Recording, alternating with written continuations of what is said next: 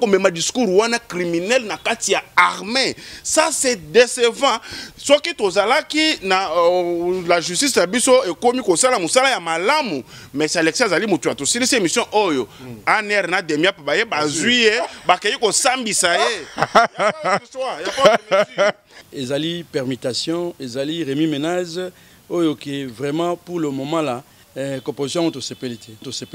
Fatou Tshisekedi, il a toujours tendance, sur Bimi Libandande, il fait des révélations, il fait des propositions. Dans cette armée, on voit la tendance plus de l'Est, plus de gens qui sont venus de l'AFDEL. Ceux qui n'ont pas aussi, Lukelangai, Nakati, Nani, Romona.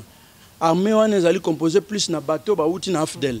Discours, on est allé discours criminel. Il faut que ngai na kondi ma discours ndenge wana na plateau biso to vandite ya ke te pona batieka batu ya est o batu ya est. Les mêmes officiers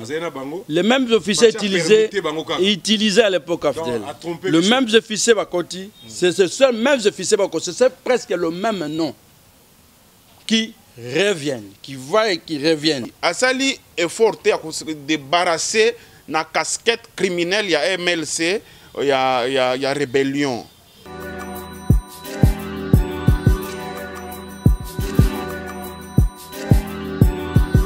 La République démocratique du Congo, notre beau et grand pays, par son sol et sous-sol, un pays extrêmement riche, mais avec un peuple extrêmement pauvre. Mesdames et messieurs, ces contrastes nous poussent toujours à réfléchir sur la cause et pourquoi pas proposer des pistes de sortie. Oui, on a besoin de voies de sortie parce que 60 ans après l'indépendance, le pays ne décolle toujours pas. Après Joseph Kasavubu, Joseph Désiré Mobutu, Mzee Laurent Désiré Kabila, Joseph Kabila Kabangi. Et le premier citoyen des Congolais aujourd'hui s'appelle Félix Antoine Tshisekedi Tshilombo. Et selon lui, ce pays a ses dignes fils et filles capables de transformer la situation sociale de son peuple. Mais c'est tout simplement le système qui faisait défaut. Voilà pourquoi il prône l'état des droits, avec une autonomie totale de la justice. Est-ce que c'est l'une des solutions? Est-ce que c'est une proposition salvatrice? Point d'interrogation. Mesdames et messieurs, c'est à travers ce petit message que je vous dis bonjour, bonsoir. Ça dépend de l'heure que vous nous prenez. C'est déjà votre émission Soukaïna présentée par votre journamètre à travers votre chaîne de YouTube que vous aimez beaucoup, Palmier News Télévision. Soukaïna toujours. Le numéro 1 des Congolais, après son double voyage de la Belgique et des Congo-Brazzaville, il rentre au pays avec une panoplie des ordonnances nommant, permettant des officiers de l'armée, mais également l'appareil judiciaire a subi un toilettage important. Mesdames et messieurs, c'est la première thématique qu'on va essayer de discuter ensemble avec mes invités. J'ai des gros poissons en termes d'analyse avec moi aujourd'hui, donc bon, c'est le danger. Et en dehors de ça, on va aussi revenir parce que c'est depuis le 10 mars de cette année qu'on avait connu le premier cas officiel de la Covid-19. Et le 24 mars, toujours de cette année, le chef de l'État avait décrété l'état d'urgence. Et cet état d'urgence a subi 6 prorogations. Aujourd'hui, nous sommes au mois de juillet. Malgré l'état d'urgence, malgré les fonds décaissés, 27,3 millions de dollars américains pour essayer de bloquer la propagation de cette pandémie, la Covid-19. Malgré les mesures barrières, malgré, au jour d'aujourd'hui, la RDC enregistre plus de 7000 cas testés positifs de Covid-19. Et la bouche autorisée de notre gouvernement a déjà annoncé que ce 21 juillet, ce sera la fin définitive de l'état d'urgence. Qu'est-ce qu'on peut faire? Mes invités doivent proposer des mesures d'accompagnement efficaces parce que nous allons vivre avec cette pandémie comme nous avons l'habitude de vivre avec la malaria, la fièvre typhoïde et d'autres maladies. Mesdames et messieurs, encore une fois, merci parce que vous avez s'abonner et belé pour l'émission de Bandi. nous avons que 30 minutes d'analyse. Et déjà à ma gauche, il y a un monsieur que vous allez découvrir pour la toute première fois ici dans notre chaîne Palme News Télévision. C'est un cadre de l'AMUCA, il est de MLC, mais également président de la fondation Alexis Eketebe. J'espère que je suis arrivé, je ne vais pas massacrer le nom. Alexis Eketebi. Voilà, la fondation qui porte son nom. Monsieur Alexis, boni nzoto. Nzoto nangolo nzambe, tozali malamu. Merci beaucoup. Et à ma droite, il y a un juriste. Parce que Mikolo, juriste, médecin, na 6 mots na Congo, na Ebisio. Taramboka, Mokili, monde entier a dirigé na minute sur des propositions de médecins. C'est des fois mon konzamboka loba fatuna. Docteur Bolobinin. Parce que Bissor en Congo, état de droit. Et puis avec autonomie totale. C'est-à-dire mon konzamboka lingba kata autonomie, il y a pareil judiciaire à Tamukete. C'est-à-dire que juriste bana 6 mois dans Soukaïna. À ma droite, j'ai un juriste, c'est le coordonnateur d'un parti politique allié de AFDCD, Bach, le Kwebo, le Conseil patriotique et progressiste chrétien. C'est lui le coordonnateur, parti cher au professeur Kéré Ntanda. Maître David Dandala. Maître Boni. Kimezali. Kimezali, maître. Kimezali. Voilà, mesdames et messieurs, tu continues directement. Na maman la likambo tu yako vendre là wa poto ngami to le lingala français pour boyo ke kota bien pour nous ça comprendre. Na on se pela parce que Congolais comme chama to ipena na politique ayi beza nini ba nga basala nini et puis intérêt na biso za nini. Bongo nemboka etambola. Ya obeta politique kara ya ngo basala makambe ba autre qui peut bisoter. Honorable ya mutu ya ona bengisi bino awa parce que mboka c'est pour la toute première fois mboka na biso toto vivre alternance pacifique, civilisée. C'est là pour la toute première fois que nous avons un président autotique à Bokonzi. Aza en vie, et puis Aza en Mboka. Il a succédé à Zapé Awazo, Kambamboka, Félix Tshisekedi. Mais, Makambo Zolobama, moi mingi. Oh, Félix Tshisekedi Banomaye. Ah, Félix Tshisekedi, Kabila Mtadi Chakaye. Ah, c'est-à-dire Zolobama, moi mingi. Mais a posé quand même beaucoup des actes. C'est lui le chef de l'État, c'est lui le commandant suprême des forces armées. Mais Batouka va continuer là-bas. Et puis il continue à poser. Et plus récemment, après le voyage à Brazzaville, malgré turbulence dans la coalition Cash FCC, Nkonzamboka a auto Sanza ce vendredi toute une panoplie des ordonnances nommant des officiers dans l'armée, mais tu vas me dans les allons théâtre, malongoli mutazaki, olongoli oche, ozaki ozo katie kuna, les allons le remonter, zarapoa, c'est lui qui dirige.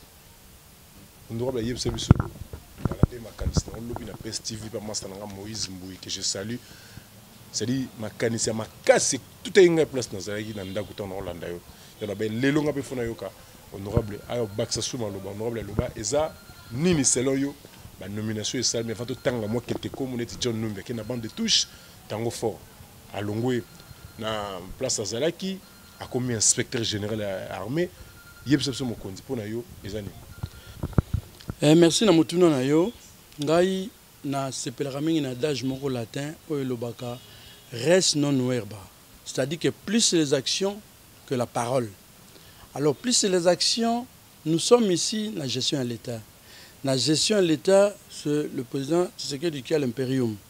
Il doit poser des actes aux Osepelissa, Banamboka, peuple congolais. Et c'est que moi, dans mes analyses, bref, le président Fatou Tshisekedi, il a toujours tendance, il fait des révélations, il fait des propositions. À chaque fois, c'est là. Et que ce qu'il y a Zongi, ces actes qu'il pose, les autres alamingi na controverse surtout na voilà les autres controverses c'est-à-dire que les utilisateurs c'est nous tant yo bois que le moko au sali problème y armé ndeko nanga armée eza lokola équipe nationale. Armée nationale eza lokola équipe nationale. Ndenge monaka bale betamaka vite à côté, imana à côté tout. Tango tokomaka na etali léopard, équipe nationale, on se met tous ensemble avec une seule vision pour nini tolonga parce que c'est l'état qui est représenté. Tango yozo sala na lingna loba na kota na armée, na pesi exemple pour que na kota na composition armée ba uti ko sala lelo. Ngana lobi ezali permutation, ezali remis ménage oyo qui vraiment pour le moment là ngata analyste composition auto CPLT. Si cette composition, il vient pour résoudre le problème des Congolais. Quel est le problème congolais? Nous avons en présence ici 7 armées étrangères au Bakota Namboka Nabiso. Il y avait une armée congolaise de Zalaki. Mais cette armée au Baiko Botola, Soko Binatangela yo, Okoyoka, à Zambie, Nangola, na Okei na Rwanda Yamoko, Uganda, ni tout Bakota Bazo portion à terre Bafanda. Si cette armée est venue comme équipe nationale, pour récupérer l'intégrité territoriale de Mboka Nabiso et remettre la calmie pour que Banamboka va vivre et que malam. On a vu dans le passé, composition armée Zalaki, mais on voit irruption, il y a des armées étrangères, Bakokota, même des saboteurs, des bandits. Bakokota, Babeti, Babomi, na Bamboka, tout ya Esteron. Si Mango Bakei, armée ko poursuivre Bango Azate. Je veux dire par là que moi, Namboka, président Tshisekedi, quand vous voulez monter une histoire de cette manière-là, Kamata Tiabato Nyoso, géopolitique aussi oblige. Banani Bazangi, ça la clair, Banani Bazangi. Ce qu'on l'a dit, Nazongi Simana, 1+4. Ba belligérant Bazaki wana, ba yakana, ba soda. Pe ba soda na ba lakisa de quoi Bazaki na mpiko, n'est-ce pas? Nakotanga, faut na bombate. MLC Zaki, RCD Zaki. Susu neza, ba soda wa bemba wana. Na ba kataka braza. Na ba na sedi. Ba soda ya yo ba insérer bango et puis ba responsabiliser bango ba place. Soko lobby soda ya bazalaki ba soda utiliser na rébellion na bemba. Tango komi awa bakamati bazongsi bango basali unité armée. Bazala ba soda ya mboka. Et la plupart de ces soldats, RCD Zalaki, MLC, Mboussa Namoussi, ni tout, ils ont utilisé plus crème militaire intellectuelle Oyo formée par le feu maréchal Mobutu. Mais ce ne sont pas de bons à rien. Bah, démontra dans le passé, bah, guerre rébellée, 80 jours, 6 jours et tout, bah, démontra. Mais ce sont pas AGC et l'équipe. Mais il y a aussi des jeunes au Bakina Souka, pourquoi pas aussi en prêter leur expérience. Il y a une armée nationale. Lorsque vous voulez faire une armée nationale, il ne faut pas que ça soit beaucoup plus tendancieux. Dans cette armée, on voit la tendance plus de l'Est. Plus de gens qui sont venus de l'AFDEL. Ceux qui n'ont pas aussi, l'Ukelangaï n'a pas été dans le armée, on est composé plus de bateaux, ou de l'AFDEL. Mais ceux qui n'ont pas aussi, ou bien dans l'analyse, une investigation, va investiguer sur ça. C'est-à-dire le même personne, le même officier. Les mêmes officiers utilisés à l'époque AFDEL. Le même officier Bakoti, c'est ce même officier Bakoti, c'est presque le même nom qui reviennent, qui voient et qui reviennent. Parce que Tango Forzaki, chef d'état-major général adjoint, en charge des renseignements, à Longo place on a commis inspecteur. Et ça peut responsabilité mounène est toujours au sein de l'armée. Mais la responsabilité mounène, inspecteur général et affaires d'essai, et Zali responsabilité mounène et a remplacé Nani. Et pourquoi seulement Nani a remplacé? Tomoni équipe Wana. Balobina le quota français, on ne change pas l'équipe qui gagne, mais l'équipe qui perd, on fait quoi? Bazalaki na équipe tout Wana. Tant quand vous venez remanier, faut beau Luka. Ba oyo bazali na expertise moi makasi armée parce que zali armée en mboka il faut utiliser bana en mboka qui ont des capacités cause na bandundu et cause na Katanga et cause na Nintundu, mais ils sont congolais étant donné que ils viennent composer dans une équipe qui est vraiment amenée avec mission de bouter l'ennemi derrière et de récupérer l'intégrité du territoire. Merci beaucoup honorable Tozongelayo.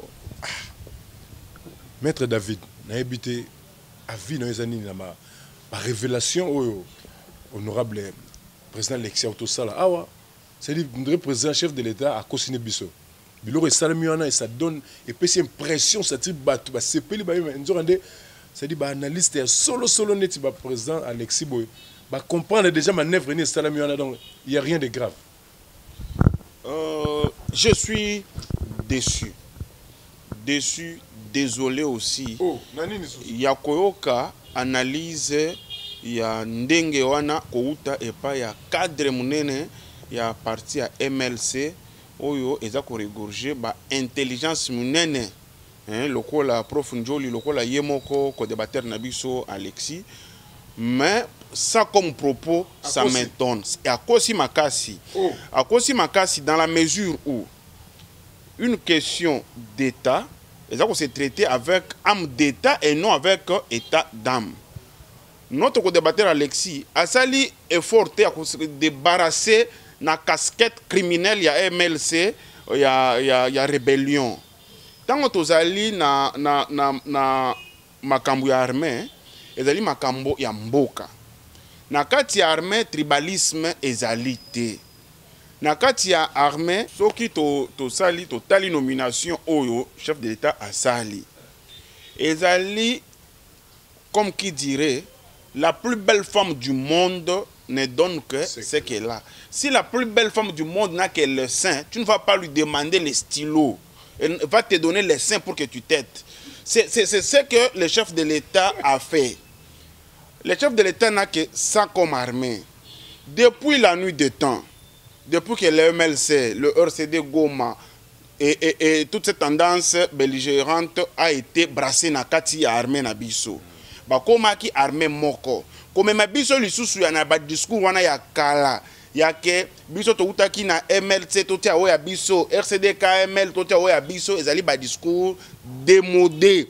Il faut totika kozala ba nostalgique na ba histoire ya kala. Maître bango nyoso tout ba meta bango ensemble. Oui maître, là vous avez raison, mais baninga bazala kati mais comme observateur batala bino ka soki remanier salami so ba bouger ka bino bata est bango bazala batala bino, c'est pas normal. Non, discours wana ezali discours criminel. Il faut que ngai na kondi ma discours ya ndenge wana na plateau biso to vandite ya ke te pona batieka batu ya est o batu ya est et loko ezali réel te. Na ba remaniement onga na moni chef de l'État sali atie batu ya Bandundu, atie batu ya Kasai, atie batu ya Équateur, atie batu ya Batetela, atie batu nyonso. Ça veut dire qu'il n'y a pas le sentiment tribal. Moi na yoki sentiment tribal te. Discours onga na zako yoka epa ya MLC, ezali discours moko ya antagonisme d'intérêt. Na kati ya antagonisme d'intérêt, ce qui est fait par un antagoniste X est nécessairement mauvais pour l'antagoniste Y. Discours wana il faut elongwa. Il faut discours wana tozonga na discours ya unité. Le fait ya koluka kaka le pouce sur la tête des chauves totika yango. Les remaniements au chef de l'État asali ezali ba remaniement moko non seulement stratégique mais asali yango na prudence makasi. Les soucis étaient à kolongola ba généraux oyo baza sanctionné na Union européenne na ba américain na chaîne de commande. Moi je vois que c'est ce qui est fait. Le général Tango comme inspecteur a responsabilité munene. Ezali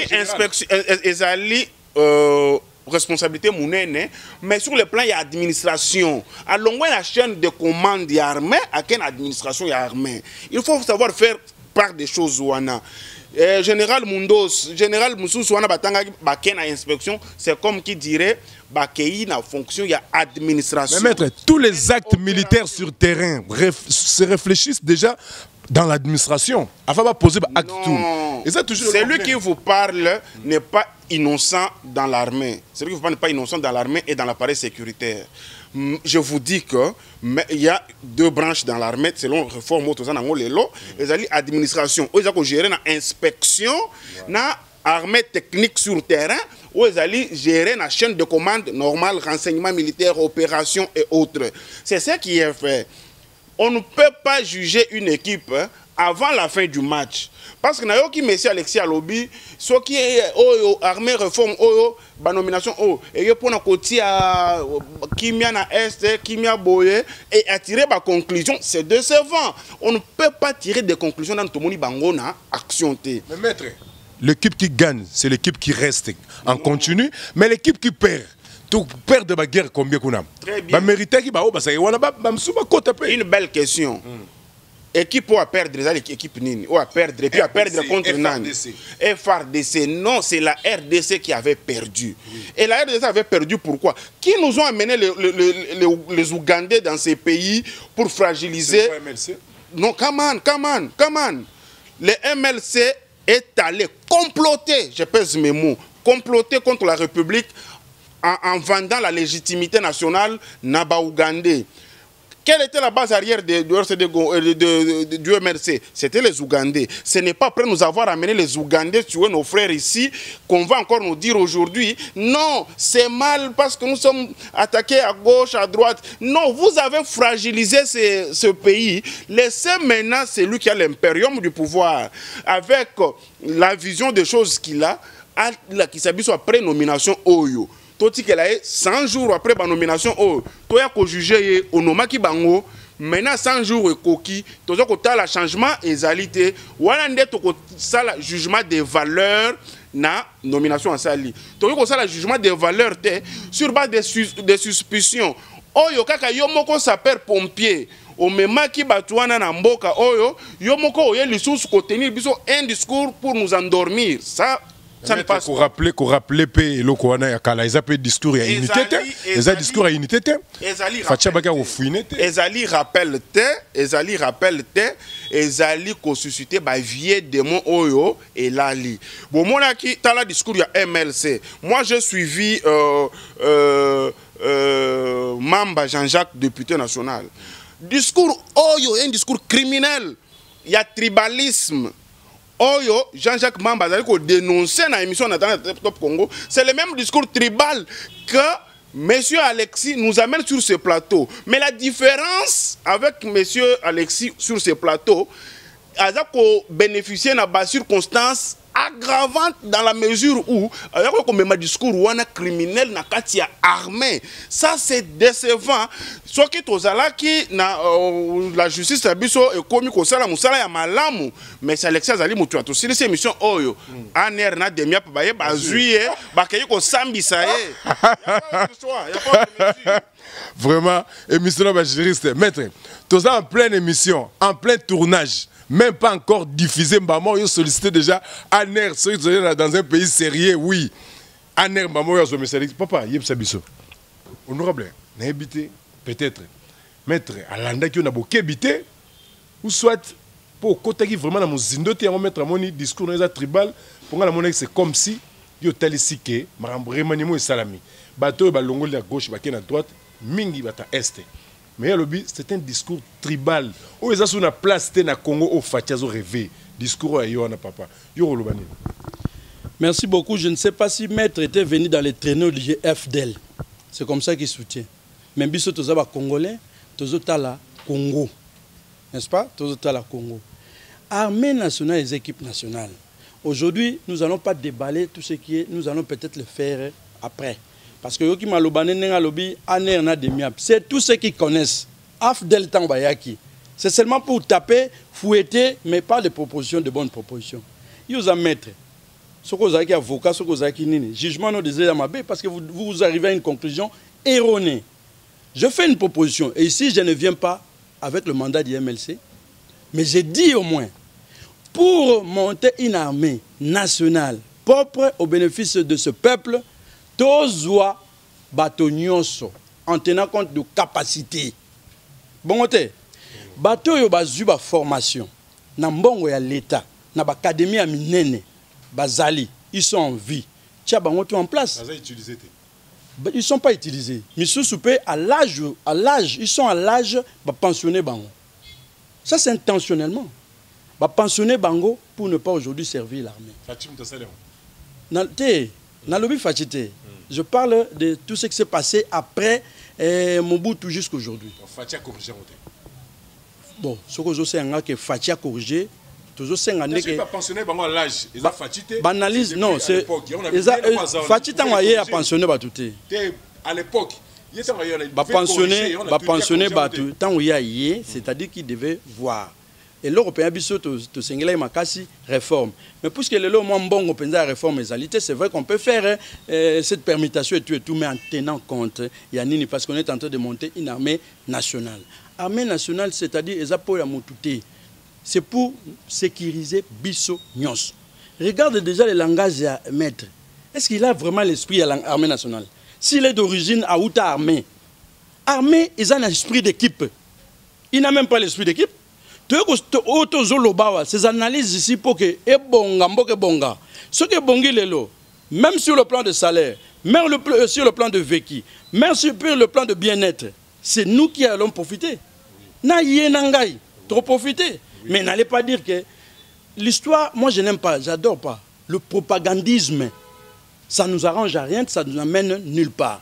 Oui, propagande. Vous avez mal dit à Fachi. Fachi, c'est le président de la République. Lorsqu'il est président de la République, il est soumis à des critiques. Quand on fait à Macron, on doit le faire aussi à lui. Parce que biso va congolais ba sijeti. Honorable, au bangida lobby ba benga anere kanga. Ata mukete même a benga sikoti. Parce qu'il y a lobby, yo discours au sein les discours mo tribal parce que zo senga, c'est-à-dire on l'a tel comme MLC, pour ni batona bazo utiliser bangote. Il y a lobby chef de l'État, remaniement à Salami à Tali province T, à Zui de gauche, à Zui de droite, partout. Moi écoutez, moi je fais une critique dans le bien clairement. Mingi Oyobati, à na Est, et ce sont presque les mêmes personnes. Banda, Abdelakota, Atilelo. C'est une matière sensible aux alliés armés. Je ne peux pas citer le nom de gens. Jamais. Parce que dans un débat normal, tout le monde a moni. Si tu as suivi Radio France, France a aussi fait des critiques là-dessus. France a fait des critiques là-dessus. Non, bah, juriste, c'est vrai. Il faut un juriste, mais il faut matière sensible. Il faut avoir des éléments. Il y a bien pour clouer, par exemple, Moutou. Je n'ai pas ici soutenu seulement le MLC. J'ai soutenu RCD. Pourquoi il n'a pas parlé de RCD? J'ai soutenu Mboussa Nyamoussa. Tous ces gens-là, tant baillés dans la rébellion, ils ont amené dans l'ère judiciaire la capacité de l'armée. N'est-ce pas? Mingi ba misusu ba puizaki. Na armée à Kala Mobutu, il y a phase où on avait des capacités. Et peut-être à cause de l'âge aujourd'hui, on peut se dire que ba misusu ba lembi, ba misusu ba koufi, mais ceux qui sont en vie, on peut toujours utiliser. Pourquoi ne pas l'utiliser par exemple comme conseiller en armée, comme ceci pour venir apporter un apport dans l'édifice. C'est ça le plus important. Mais je n'ai pas soutenu uniquement MLC. Natangelio 4 belligérants de l'époque qui, naïbi, ils avaient vraiment des soldats, des capacités, des généraux, des bonnes factures. Merci beaucoup, honorable Alexis Aketebi. Naïbino, émission Soukaina, ça sera une grande émission en termes de qualité d'image. Vous allez sentir motezo mata, motezo peda. Soukaina, tout compte déjà la deuxième partie. Appareil judiciaire peut et subir quand même toilettage, mais Maître David Bamsou Babi, où est la récompense des salami, Moussala Oyo, chef de l'État Tindaki, magistrat minene, c'est-à-dire te découvrir qu'il peut capacité na bango na procès à 100 jours. Donc on a prof Dieudonné Kalouba, moi quelques magistrats na juge président a remplacé qui le fait juge Yanni Pierrot. A mis ça la récompense, ça comme le président il y a TGI Gombe Kalouba qui est la cour constitutionnelle, bah ça récompense parce que bah réussir mission oyo bah tindaki bango ya ko clouer feka ake novanda na makala et ça récompense. Est-ce que ça mérite ou récompense mettre ndenge ba mususu ba bouche mususu ezolo? Oui, c'est normal que ba bouche mususu elo ba analyse ba ndenge wana po bazali ko maîtriser matière o bazolo belate. Wana nde faiblesse ya congolais ba komi ba nyonsologue. Akomi esika wana vanzi alobi nyonso. C'est pas la terme nyonsologue. Maintenant, adolo ba nyonso ayebi nyonso. Mais ce qui est vrai, ba juge wana bazu ba nomination. Bazali, juge baza ko la carrière na bango normal. C'est une suite logique, même si ça n'aurait pas été Tshisekedi au pouvoir aujourd'hui, ça aurait été Jean-Pierre Bemba, général Bayumoto, il aurait fait la même chose pour juge wana baza ko mataba échelon selon nomination ndenge ezoya. Olobi Kalouba, non, Kalouba azali avocat. En tant qu'avocat, à défendre l'intérêt des clients ou azalaki République. Voilà. Mais nomination oyo et il y a les lots et il y a nomination oyo et par la volonté du chef de l'État. Et na pouvoir naïe, il y a chef de l'État. Aponi Kalouba pour qu'il y ait une cour constitutionnelle selon ma compétence Kalouba zanango. Kalouba c'est un garçon très compétent, même thèse naïe où il y a défendre c'est sur la justice constitutionnelle, bah contentieux il y a constitutionnalité. Et entre la récompense et la méritocratie, quel est le terme qu'on peut utiliser logiquement? C'est la méritocratie. Au moins que l'on me dise ici sur le plateau que au moins tel oba nommé a mérité. On va faire un débat. Mais comme un pratiquant des droits, na tali nomination en matière juridique judiciaire salemi.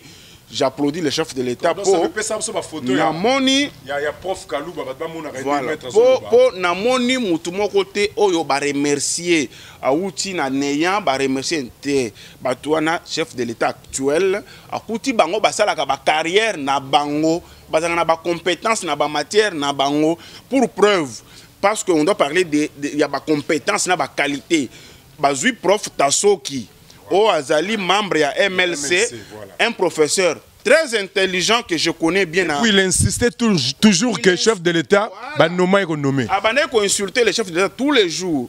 Mais parce que la compétence, les objectifs... C'est maître Abané qui insulter le chef de l'État. Bon, qualifié comme vous voulez. On a insisté que le chef de l'État pouvoir na iwana eza réalité eza la flou na kati fayo la gagner. Pour insulter c'est trop dur. Au moins que l'on puisse me donner la différence entre insulter et dire à quelqu'un qui n'a pas été nommé, il est un placebo, il n'a pas l'impérium, c'est une marionnette. Et qu'on te dise que tu es une marionnette devant ta femme et tes enfants, je ne sais pas comment tu vas qualifier ça. C'est à vous de me dire. Mais parce que le chef de l'État était obligé, selon l'intelligence, Altali, malgré que Ayoko reconnaître Ngaïté, n'a nommé, a nommé, placebo, a placé Yohana.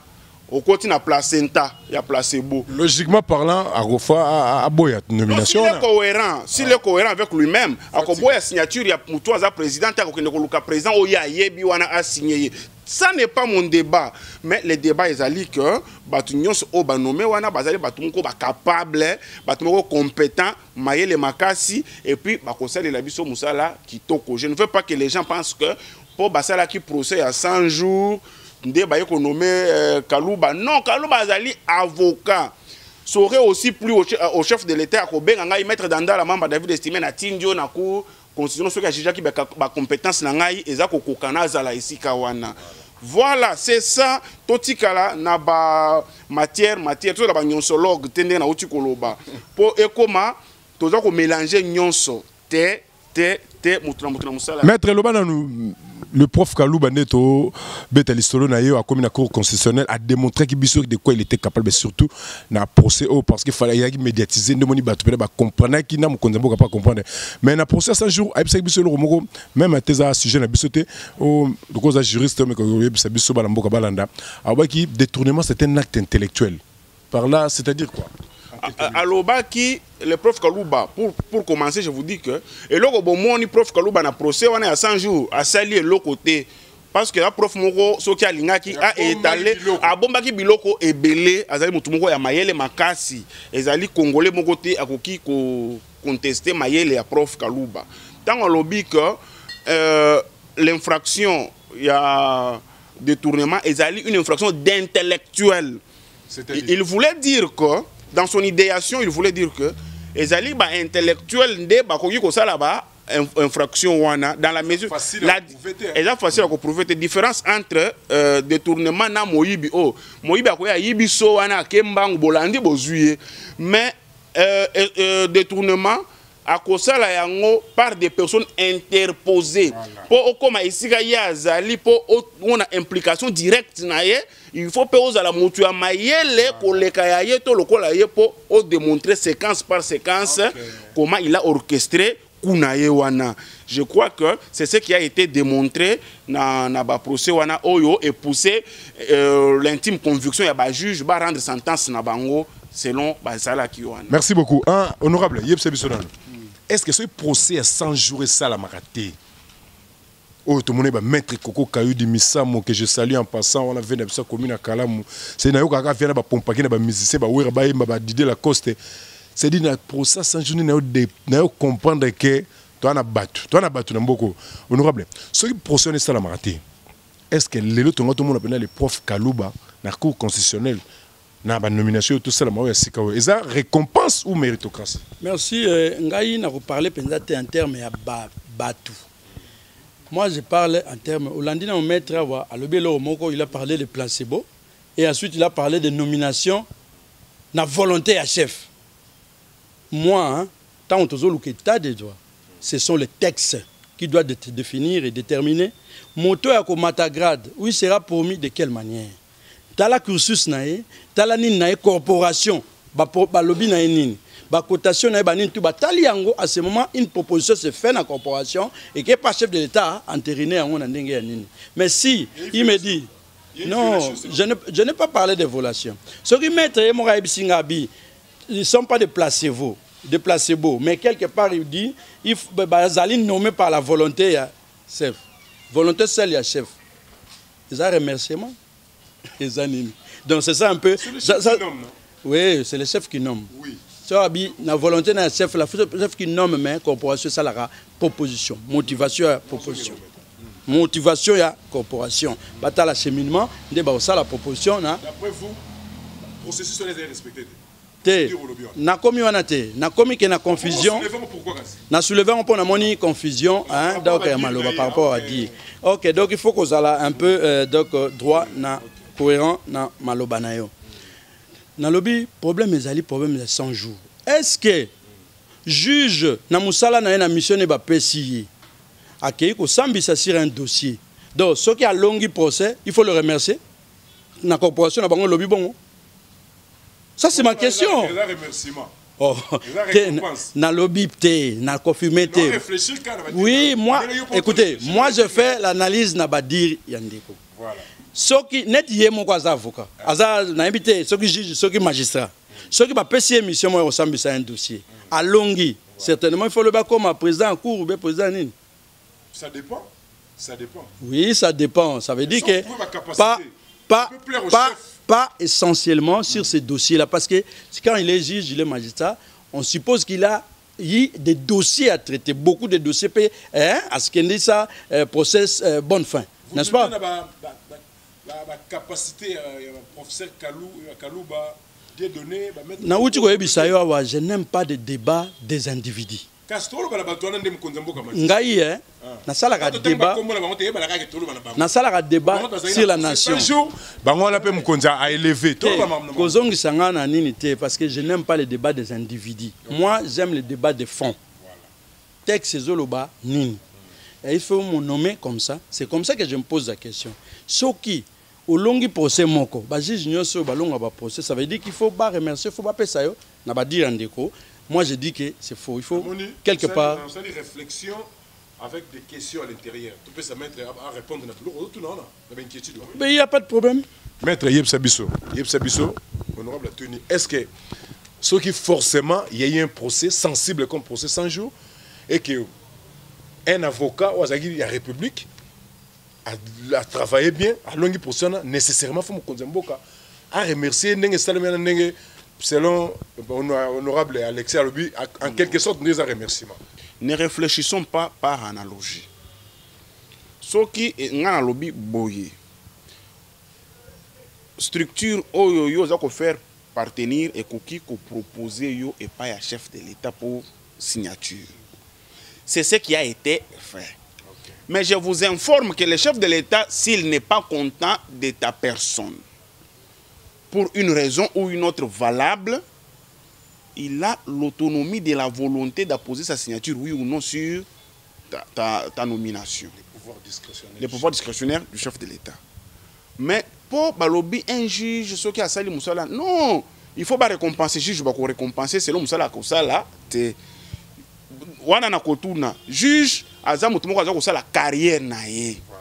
Alors selon carrière ce qui est commis na moment chef de l'État a nommé batu amatisa bango ba grade ba kota la conduite na yo na musala na yo compétence na yo yango mona ki na suka ya ordonnance ba lobby Conseil supérieur de la magistrature consulté. Non, baza consulté bango nde ba yebi ba dossier ya conduite ya mutu na mutu. Ba proposer au chef de l'État andimi.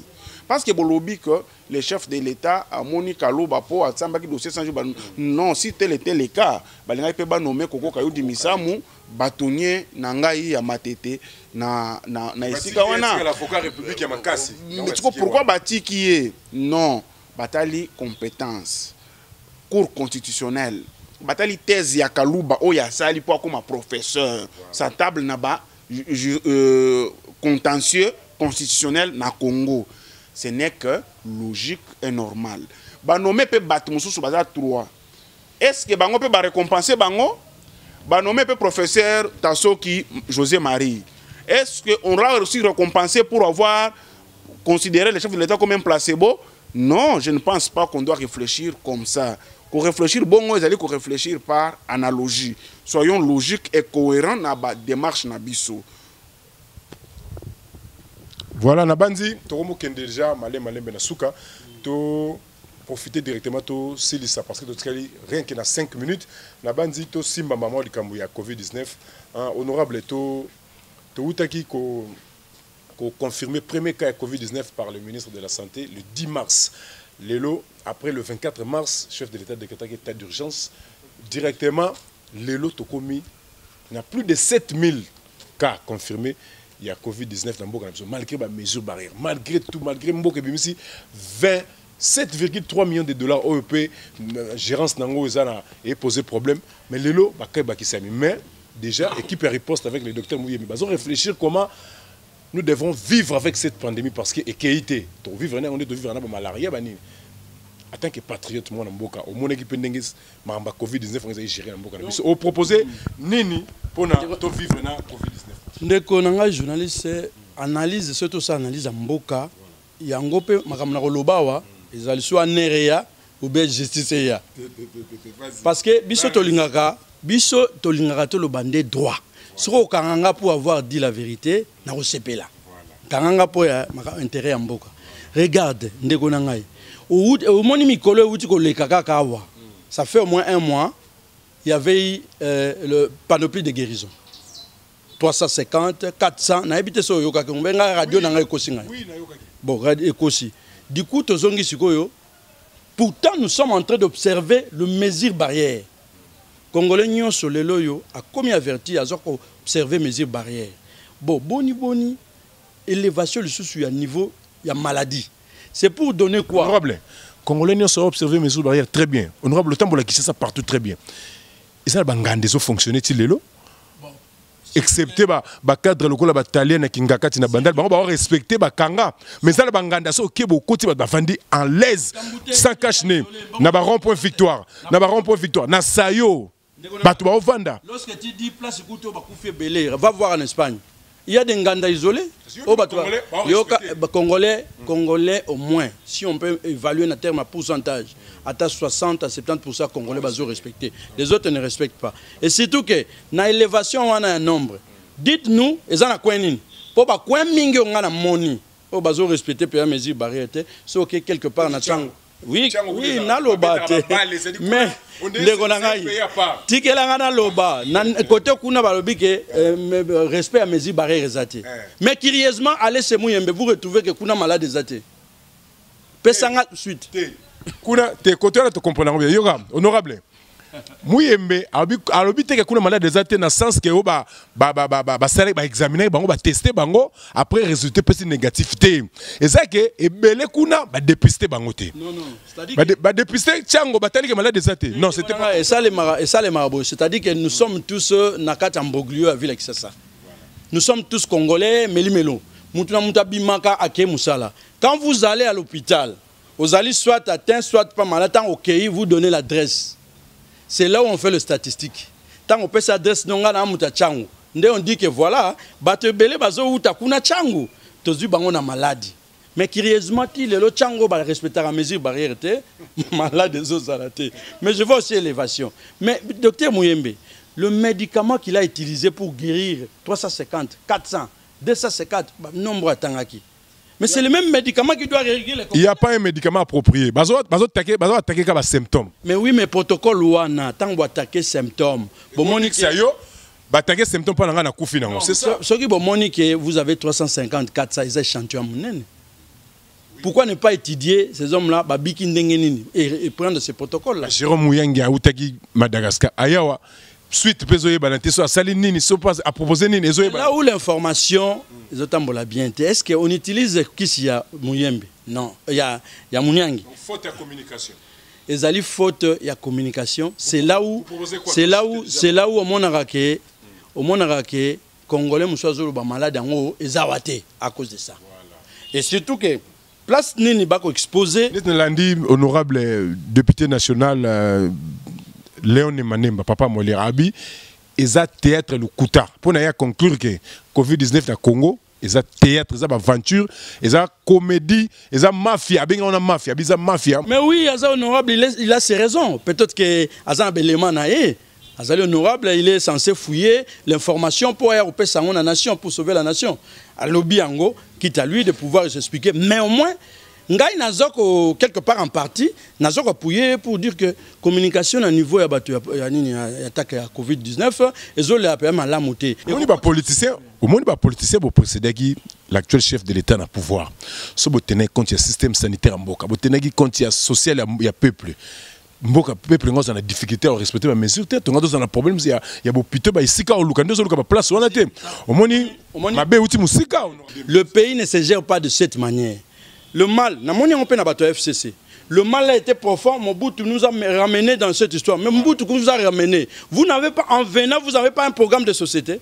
Tant Boye, Mobutu, quand il est mort là dans son petit cercueil, il n'a jamais pris l'or du Congo. Jamais le diamant. Jamais le coltan ou le quoi. Il n'a pas amené rien du tout.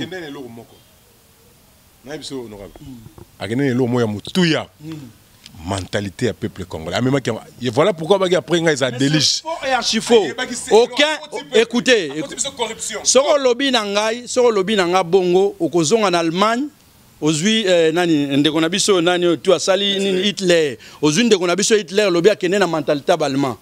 Aujourd'hui, c'est une puissance. Donc, Makamouana le Kouta, c'est simple fainéantisme. Lorsque vous venez au pouvoir, vous devez avoir un plan de société, un programme pour dire que non, voilà, pour citer. 30 secondes. Proposition pour la... Ce qui n'a commis boy, n'a quoi attaqué secteur boy pour avancer. Mais Kolobate, il a terni le pays pendant 30 ans, pendant 18 ans, pendant ces cités. Fatin de Kofati le quoi Zaliwana Sikoyo. Bossana Makamwa Kabila.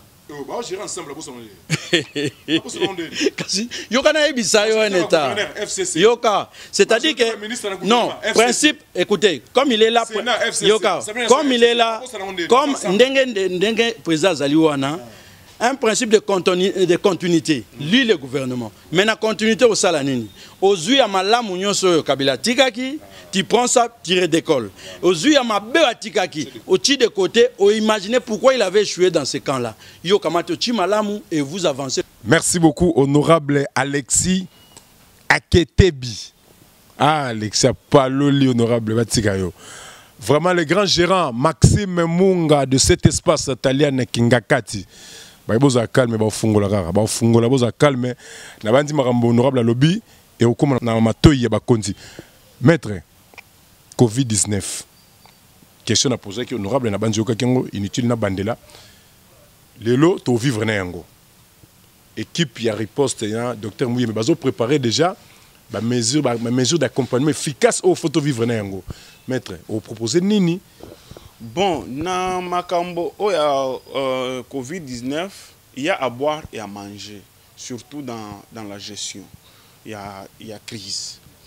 Mais, tant que tu as bitumba na armée pour ndekona lobby à yaki na MLC, donc à celle qui armée, à celle qui guérilla. Et puis que tant que tu as bitumba, on ne se dit pas nos faiblesses tant que tu as bunda. Oh non, yo, yeba robeta mundo qui bien te, oh yo, au sala la boité, tu as bunda nanu. Soit aussi ici. L'adversaire est invisible, maître à tabalo. Toko bunda nanu. Soit aussi ici, si tu as si partage la responsabilité. La gestion, il y a un dengue to outil. Je crois que de ce côté-là, il y a à boire et à manger. Mais koloba que gestion ya maladie wana ezali mabe ya gouvernement na ba dirigeant actuel, c'est archi faux. C'est encore une fois un discours politique sur une question sociale qui devait nous rassembler, nous unir tous. Maître, bon, faut 27,3 millions de dollars. Non, je vous dis. Non, non. Ceux qui ont lobby que gestion, je vous ai dit que gestion est à causer problème. Mais ce n'est pas pour autant que nous devons tenir un discours qui doit décourager les Congolais. Il faut tout respecter les mesures barrières.